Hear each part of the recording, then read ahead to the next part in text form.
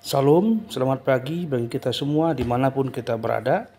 Hari ini Kamis 17 April 2025, kita akan mendengarkan firman Tuhan renungan bagi kita. Namun sebelumnya marilah kita satukan hati kita berdoa. Kasih karunia dan damai sejahtera dari Allah Bapa dan dari anaknya Yesus Kristus menyertai kamu sekalian. Amin. Firman Tuhan bagi kita hari ini tertulis dalam Injil Markus pasal 14 ayat 38. Berjaga-jagalah dan berdoalah supaya kamu jangan jatuh ke dalam pencobaan. Roh memang penurut, tetapi daging lemah. Demikian firman Tuhan. Jemaat yang dikasihi oleh Tuhan Yesus Kristus, pagi ini kita diajak merenungkan pesan Yesus yang sangat penting dan relevan untuk kehidupan kita sehari-hari, yaitu berjaga-jagalah dan berdoalah. Kata-kata ini Yesus ucapkan kepada murid-muridnya di Taman Getsemani saat ia menghadapi saat-saat yang paling berat menjelang penyaliban. Yesus tahu bahwa hidup penuh dengan pencobaan. Ia tahu bahwa kita bisa jatuh kapan saja kalau kita lengah. Karena itu, ia tidak hanya menyuruh murid-muridnya untuk berjaga, tapi juga untuk berdoa. Kedua hal ini tidak bisa dipisahkan. Berjaga-jaga, menjaga hati tetap waspada, dan berdoa menguatkan roh di tengah kelemahan tubuh. Yesus tidak mengabaikan kenyataan bahwa daging atau tubuh kita itu lemah.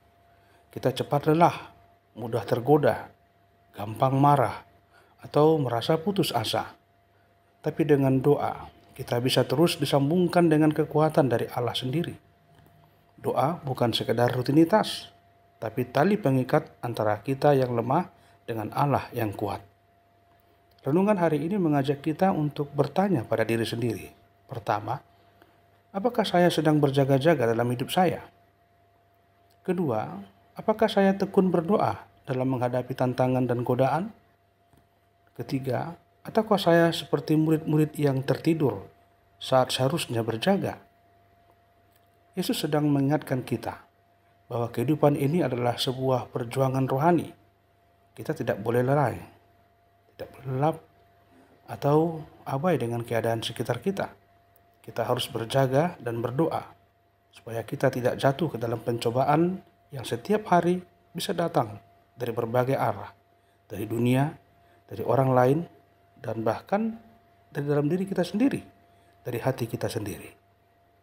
Mari hari ini kita hidup dengan mata rohani yang terbuka dan hati yang bersandar penuh pada Tuhan dalam doa.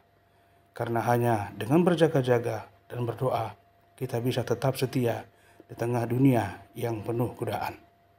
Berbahagialah mereka yang mendengarkan firman Tuhan dan memeliharanya dalam hidupnya. Amin. Tuhan Yesus, ajar kami untuk selalu berjaga-jaga dan berdoa. Aku sadar tubuhku lemah, mudah menyerah pada godaan, tapi rohku rindu taat kepadamu.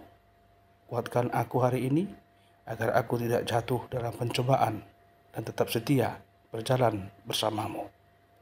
Amin. Selamat aktivitas buat kita semua. Tuhan Yesus memberkati kita. Salam.